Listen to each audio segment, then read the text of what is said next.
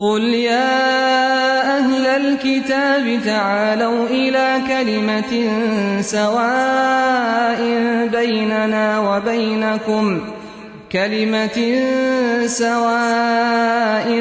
بيننا وبينكم ألا نعبد إلا الله ولا نشرك به شيئا. اس میں اسلام کے ارکان میں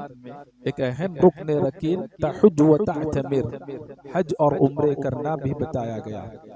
اور اس اسلام کے اہم ترین کاموں میں، افضل ترین کاموں میں اللہ پر ایمان لانے کے بعد، اعلاء کلمت اللہ کے بعد، اسلام کی سربلندی کے لیے جانفشانی کے مظاہرے کے بعد جو سب سے افضل ترین عمل بتایا گیا وہ حج مبرور ہے۔ اس اسلام کے اعمال میں سب سے افضل عمل حج مبرور ہے ایمانیات کے بعد، اور اس دوسرے فریضے کے بعد جس کا حدیث میں ذکر کیا گیا، حج مبرور۔ صحابہ نے پوچھا وما برہ، اے اللہ کے نبی حج مبرور کسے کہتے ہیں؟ حج کو مبرور بنانے کا طریقہ کیا ہے؟ دو اہم ترین کام بتائے، اطعام الطعام و طیب الکلام، اپنی طاقت کے دائرے میں سخاوت کا، فیاضی کا، دریا دلی کا مظاہرہ کرنا، کھانا کھلاتے رہنا اور اپنی زبان نرم رکھنا، عمدہ گفتگو کرنا۔ جس حج میں یہ دو باتیں ملحوظ رکھی جائیں، ان دو باتوں کا اگر خیال رکھا جائے تو وہ حج مبرور شمار ہوگا۔ قرآن مجید کے مطالعے سے ہمیں یہ بات معلوم ہوتی ہے کہ اللہ تبارک و تعالیٰ نے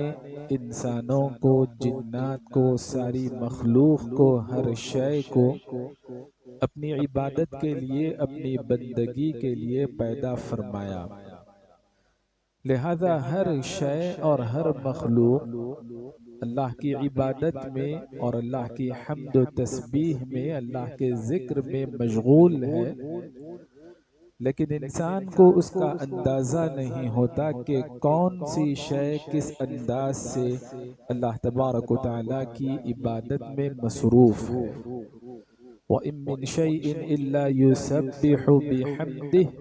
وَلَكِن لَّا تَفْقَهُونَ تَسْبِيحَهُمْ۔ اسی طرح انسان بھی، مسلمان بھی اللہ تبارک و تعالیٰ کی عبادت کرتا ہے، کیونکہ اللہ نے جنات اور انسان دونوں کو اپنی عبادت کے لیے، اللہ کی توحید کے لیے وجود میں لایا، اور انسان جو اللہ کی عبادت کرتا ہے اس کی مختلف شکلیں ہیں۔ کچھ عبادتیں جسم اور بدن سے تعلق رکھتی ہیں، جیسے صوم و صلاۃ کی شکل میں یہ عبادات ہیں، اور کچھ عبادتوں کا تعلق زبان سے ہے، لسانی اور زبانی عبادتیں ہیں، جیسے دعاؤں کا اہتمام کرنا، اذکار کا اہتمام کرنا، توبہ و استغفار کرتے رہنا، اور کچھ ایسی عبادتیں ہیں جن کا تعلق ہمارے دل سے ہیں، قلبی عبادات جنہیں کہا جاتا ہے، جیسے محبت، شدت کی محبت، اعلیٰ درجے کی محبت اللہ سے کرنی چاہیے، سب سے زیادہ خوف اللہ تبارک و تعالیٰ کا رکھنا چاہیے،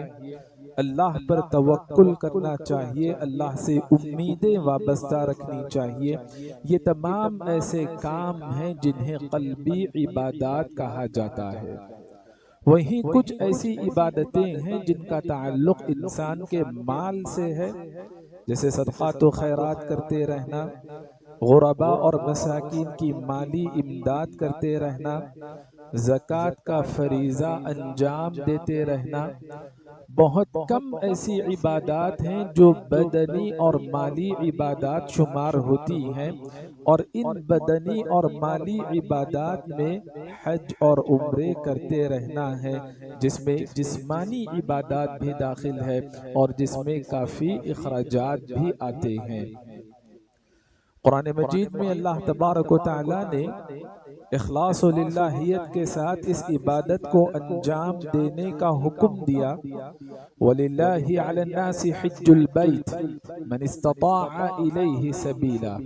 اخلاص و للہیت کے ساتھ، اللہ کی خوشنودی اور اس کی رضامندی کے ساتھ لوگوں کو کعبۃ اللہ کا حج کرنا چاہیے۔ کیسے لوگوں کو؟ جن کو اللہ تبارک و تعالیٰ نے سکت دی، مالی طاقت دی، جنہیں اللہ نے صاحب حیثیت بنایا، جن خواتین کے ساتھ محرم رہتے ہیں، ان خواتین پر اور ان جیسے افراد پر حج اور عمرے کرنا زندگی میں ایک دفعہ اللہ تبارک و تعالیٰ نے فرض کیا۔ یہ وہ عبادتیں ہیں جنہیں اہتمام کے ساتھ، پابندی کے ساتھ مکمل طور پر انجام دینے کا حکم دیا گیا۔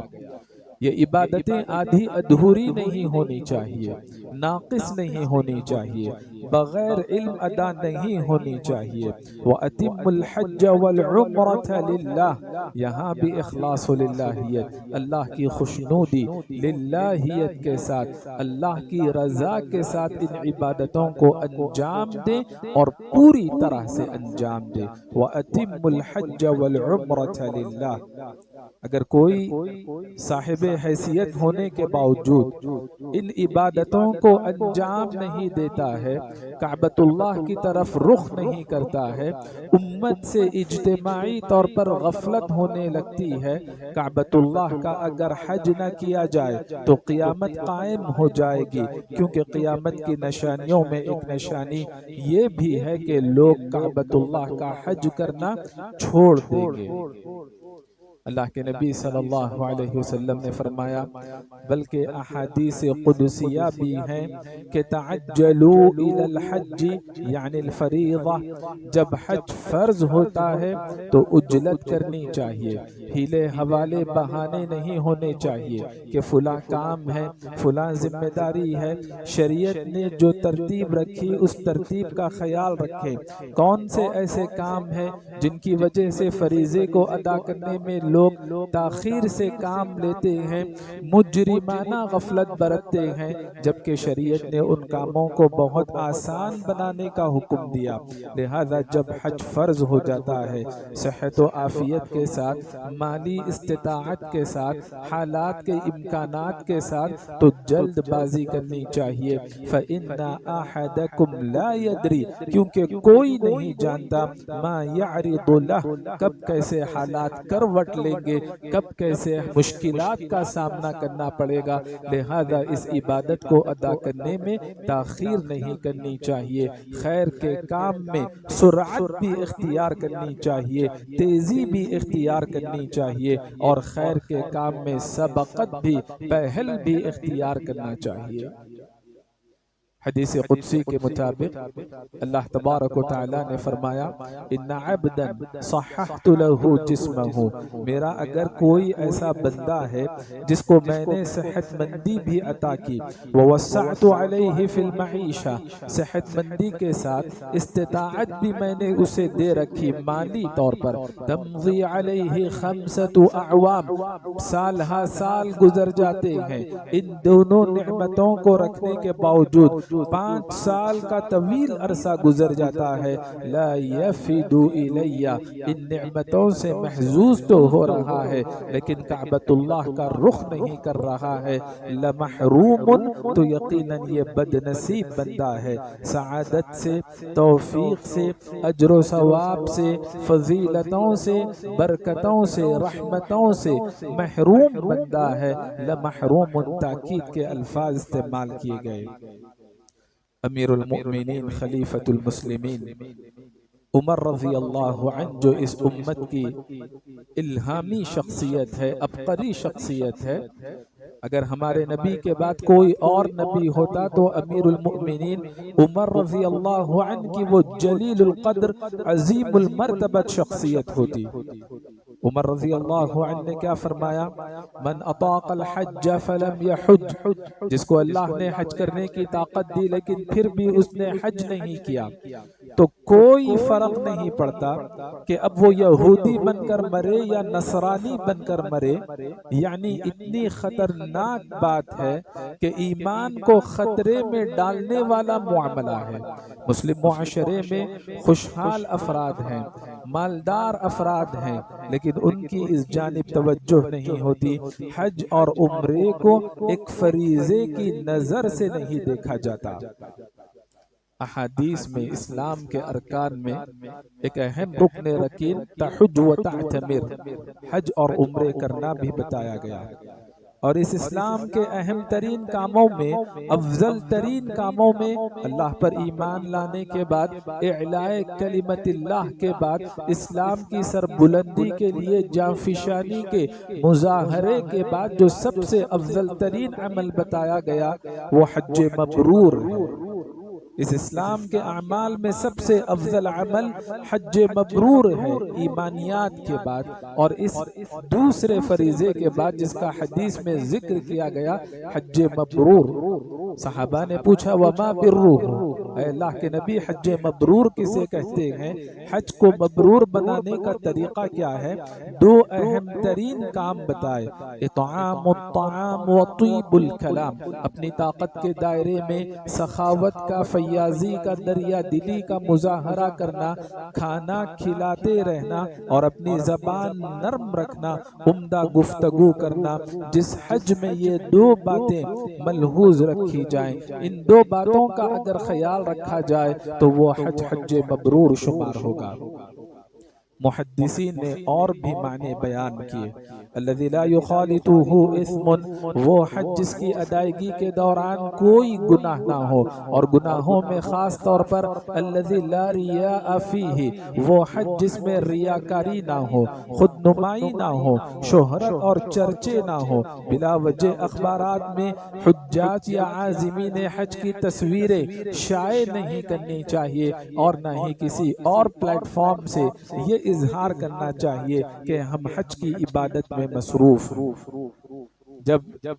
ان پابندیوں کا خیال رکھتے ہوئے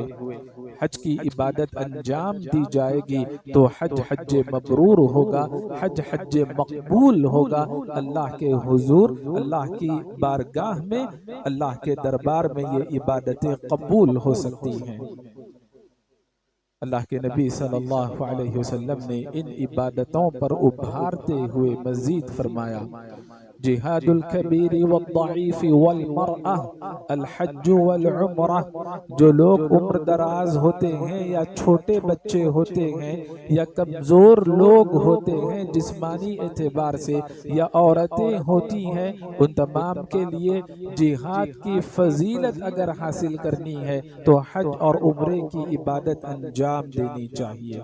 ام المؤمنین عائشہ رضی اللہ عنہا کے حوصلے بلند کرتے ہوئے فرمایا، ہمت باندھتے ہوئے یہ بات بتائی، ان لکی من الاجر علی قدر نصبک و تعبک، اے ام المؤمنین جس قدر تم مشقت برداشت کرو گی، جس قدر تمہیں تھکان ہوگی، ان عبادتوں کو ادا کرنے میں جس قدر اخراجات ہوں گے، اللہ کی راہ میں تم جس قدر مال خرچ کرو گی، اسی قدر اللہ تبارک و تعالی تمہیں اجر و ثواب سے سرفراز کرے گا۔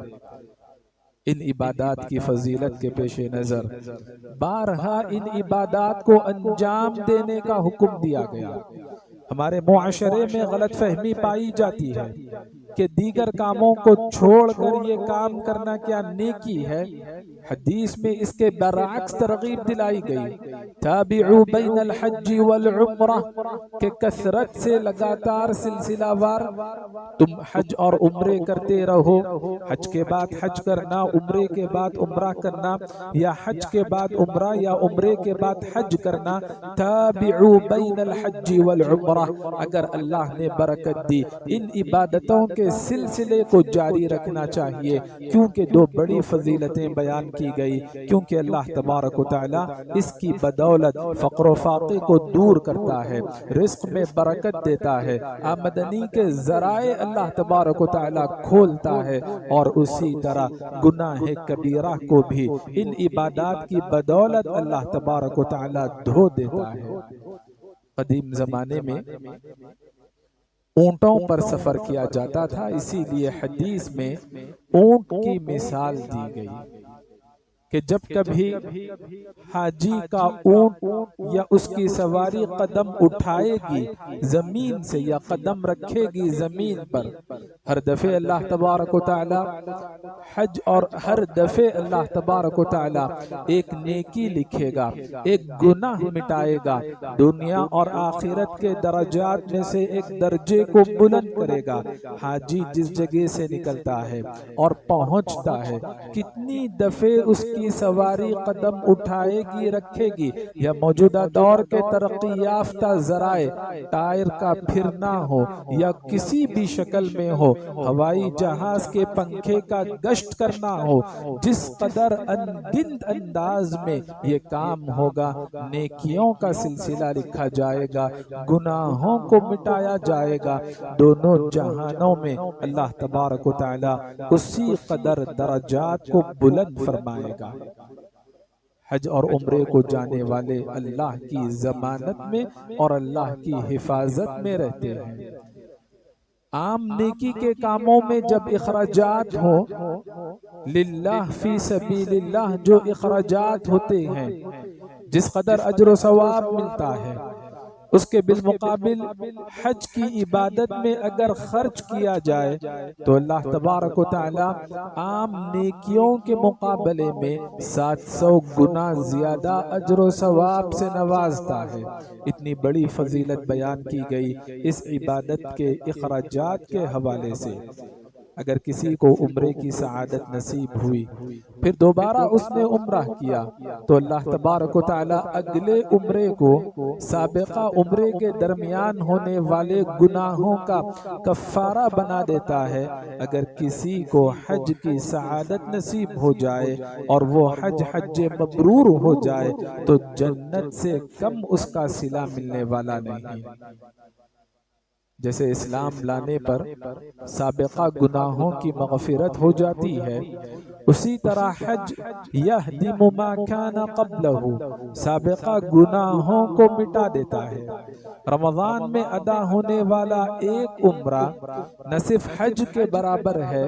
بلکہ اللہ کے رسول صلی اللہ علیہ وسلم کی رفاقت میں، اللہ کے رسول صلی اللہ علیہ وسلم کی خدمت میں رہ کر، اللہ کے رسول صلی اللہ علیہ وسلم کی صحبت اختیار کرتے ہوئے حج کرنے کے برابر ہے۔ اس دور میں رمضان میں ادا ہونے والا ایک عمرہ اس قدر فضیلت کا حامل ہے، لہٰذا یہ عبادتیں انجام دینی چاہیے، ان عبادتوں سے غفلت نہیں برتنی چاہیے اور نیکی کے موسم کو غنیمت جاننا چاہیے۔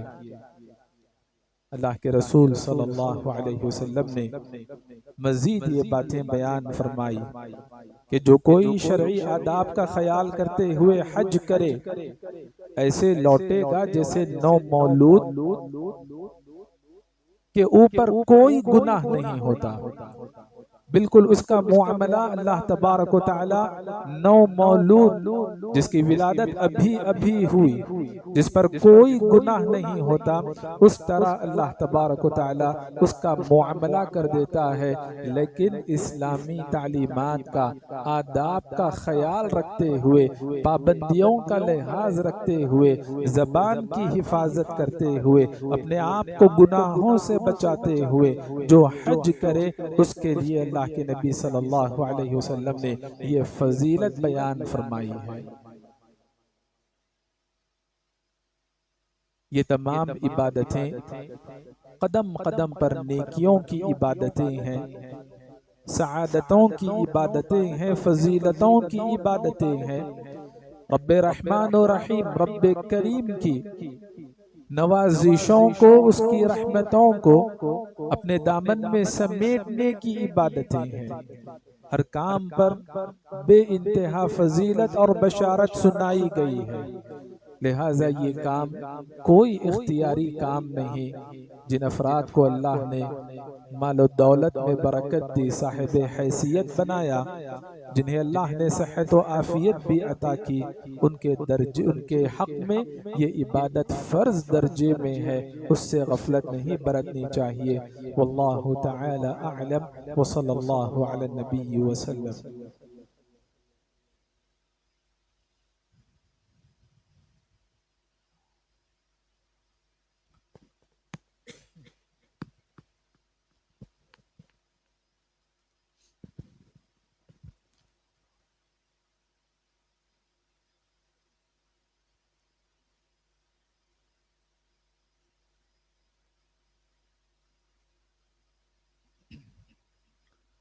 الحمد لله رب العالمين وصلى الله وسلم وبارك على نبينا محمد وعلى آله وصحبه أجمعين ومن تبعهم بإحسان إلى يوم الدين أما بعد. ہمارے معاشرے میں یہ سمجھا جاتا ہے کہ سرکار کا بلاوا آیا تو ہم عبادتوں کے لیے جائیں گے،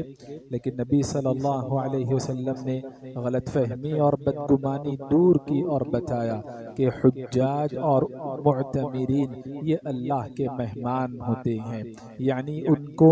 اللہ کا بلاوا آتا ہے. دعاہم فاجابوا، اللہ نے ان کو دعوت دی، اللہ نے ان کو بلایا، اللہ کی پکار پر انہوں نے لبیک کہا. اور یہ وہ عبادتیں ہیں جن کی ادائیگی کے دوران دعائیں قبول ہوتی ہیں. وَسَأَلُوهُ فَأَعْطَاهُمْ، لہذا حج اور عمرہ ہو یا عام مناسبتیں ہوں، دعائیں کرنی چاہیے اور اللہ تبارک و تعالیٰ سے دعائیں کرنی چاہیے. اللہ کے علاوہ کوئی دعاؤں کو نہ سن سکتا ہے نہ قبول کر سکتا ہے. یہ عبادتیں مکمل عبادتیں دعاؤں کی قبولیت کی گھڑی ہے، لہٰذا ان عبادتوں کو انجام دیتے وقت لا یعنی چیزوں میں، بیکار چیزوں میں، بیکار کاموں میں مشغول نہیں رہنا چاہیے. اپنی زبان کو اللہ کے ذکر سے تر رکھنا چاہیے. احرام کی حالت میں جب کبھی ہوں گے، سورج غروب ہوگا تو ڈوبنے والا سورج محرمین کے گناہوں کو لے کر ڈوبتا ہے، ساتھ ہی مغفرت کر دی جاتی ہے. جب کبھی تلبیہ کا اہتمام ہو یا اللہ کا ذکر بلند انداز سے کیا جائے تو زمین پر پائے جانے والے جتنے کنکر ہے یا پتھر ہے یا درخت ہے، سب کے سب تلبیہ کا اہتمام کرتے ہیں. اور اللہ تبارک و تعالی تلبیہ پڑھنے والے کو لبیک اللہم لبیک لبیک لا شریک لک لبیک ان الحمد والنعمت لک والملک لا شریک لک، اس تلبیہ کو دہرانے والے کو، بلند آواز سے پڑھنے والے کو اللہ تبارک و تعالی ان تمام درختوں کا، پتھروں کا، روئے زمین پر پائی جانے والی کنکریوں کا، سب کے تلبیہ پڑھنے کا اللہ تبارک و تعالی اجر سے اجر دیتا ہے، اجر و ثواب سے نوازتا ہے. تلبیہ ہو یا کوئی عام ذکر ہو، جب اونچی آواز سے کیا جائے بشر بالجنہ، ہر دفعے ذکر کرنے والے کو، تلبیہ پڑھنے والے کو جنت کی بشارت سنائی دی جاتی ہے. بارہا وہ جنت کا مستحق ہوتا رہتا ہے. ہر دفعے اتنی بڑی فضیلت اللہ کے نبی صلی اللہ علیہ وسلم نے بیان فرمائی. طواف کے دوران جب طواف کیا جائے، 2 رکعات نماز ادا کی جائے، گردن آزاد کرنے کے برابر اجر ملتا ہے. اور جب طواف کیا جاتا ہے، ہفتہ بھر کسی کو طواف کرنے کا موقع ملتا ہے تو ہر قدم پر نیکی لکھی جاتی ہے یا گناہ مٹایا جاتا ہے، یا دونوں جہانوں کے درجات میں اللہ تبارک و تعالی کوئی درجہ ضرور بلند کرتا ہے. حجر اسود کو چھونا، رکن یمانی کو چھونا گناہوں کو جھڑانے کا سبب ہے، گناہوں کی مغفرت کا سبب ہے. اور حجر اسود وہ پتھر ہے جو روئے زمین پر دنیا میں جنت سے نازل کردہ پتھر ہے، جسے اللہ تبارک و تعالی قیامت کے دن زبان بھی عطا کرے گا، آنکھیں بھی عطا کرے گا. اللہ تبارک و تعالی اس پتھر کو دیکھنے اور بولنے کی صلاحیت عطا کرے گا. جنہوں نے بوسہ لیا یا جنہوں نے اسے چھوا یا جنہوں نے اس کی جانب اشارہ کیا، ان تمام کے بارے میں قیامت کے دن یہ پتھر حجر اسود حق کی گواہی دے گا. اللہ کے نبی صلی اللہ علیہ وسلم نے مزید یہ باتیں بیان فرمائی کہ جب رمی جمار کا شیاطین کو، جمرات کو کنکری مارنے کا اہتمام ہوتا ہے تو شیطان پر کنکری پڑتی بھی ہے، اور ابراہیم علیہ السلام کی سنت پر عمل کرنے اور پیروی کرنے کا اللہ تبارک و تعالی اجر دیتا ہے. حج اور عمرے کی عبادتوں میں بال نکالے جاتے جاتے ہیں، ہر بال پر ایک نیکی لکھی جاتی ہے، اور اسی طرح یہ بال مغفرت کا سبب بھی بنتے ہیں۔ اور یہ بات بھی بتائی گئی کہ قیامت کے اندھیرے میں یہ بال نور کا، روشنی کا کام انجام دیں گے۔ اس عبادت کو انجام دینے والوں کو بارہا زمزم پینے کی سعادت ملتی ہے۔ زمزم وہ بہترین پانی ہے، روئے زمین پر اس سے بہتر کوئی پانی نہیں ہو سکتا۔ خیر ماء علی وجہ الارض، اس پانی کی خوبی یہ ہے کہ اللہ نے اس میں غذائیت بھی رکھی، اللہ نے اس میں شفا بھی رکھی، اللہ نے اس کو دعاؤں کی قبولیت کا ذریعہ بھی بنایا۔ جب کبھی جو نیت کر کے پانی پی جائے، جب کبھی جو دعا کر کے زمزم کا پانی پیا جائے، اللہ تبارک و تعالی دعاؤں کو قبول کرتا ہے، ان نیتوں کو اللہ تبارک و تعالی پوری کرتا ہے۔ لہٰذا یہ وہ مبارک مقام ہے، یہ وہ مبارک گھڑی ہے جس میں بابرکت پانی پینے کا بارہا موقع ملتا ہے۔ حج اور عمرے کو جانے والے وہاں نمازوں میں مشغول رہتے ہیں۔ لوگوں کے درمیان غلط فہمی پائی جاتی ہے کہ مسجد نبوی میں ادا ہونے والی ایک نماز کا اجر 1000 نماز کے برابر، مسجد حرام میں ادا ہونے والی ایک نماز کا اجر 1,00,000 نمازوں کے برابر۔ حدیث کے ایسے الفاظ نہیں، یہ بڑی غلط فہمی ہے۔ حدیث میں کم سے کم یہ درجہ بتایا گیا، حدیث کے یہ الفاظ ہے کہ 1000 نماز کے برابر نہیں بلکہ 1000 نمازوں سے بڑھ کر اور بہتر، خیر من 1000 صلاۃ۔ اور اسی طرح مسجد حرام کا جو معاملہ ہے، وہاں کی ادا ہونے والی ایک نماز 1,00,000 نمازوں کے برابر نہیں بلکہ 1,00,000 نمازوں سے بڑھ کر اور بہتر ہے۔ یہ کم از کم درجہ بتایا گیا۔ اگر آدمی اخلاص و للہیت کے ساتھ ان عبادات کو انجام دے، خشوع و خضوع کے ساتھ ان عبادات کو انجام دے، اللہ تبارک و تعالیٰ پر توکل کرتے ہوئے کامل انداز سے اس عبادات کو انجام دے، تو جو کامل درجہ ہے، زیادہ مقدار ہے، وہ اللہ ہی بہتر جانتا ہے۔ احادیث میں کم از کم ادنا درجہ اور کم از کم مقدار بتائی گئی، لہٰذا ان عبادتوں کے اجر و ثواب کو ان اعداد و شمار میں، ان آنکڑوں میں محدود نہیں کیا جا سکتا۔ کچھ ایسے افراد بھی ہوتے ہیں جو ان عبادتوں کے لیے نکلتے ہیں اور اللہ کو پیارے ہو جاتے ہیں۔ اللہ کے نبی صلی اللہ علیہ وسلم نے فرمایا کہ حج اور عمرے کے درمیان اگر کسی کی موت واقع ہو جائے تو قیامت کے دن تک، قیامت کی صبح تک حج کرتے رہنے والے کا اجر ملتا جائے گا،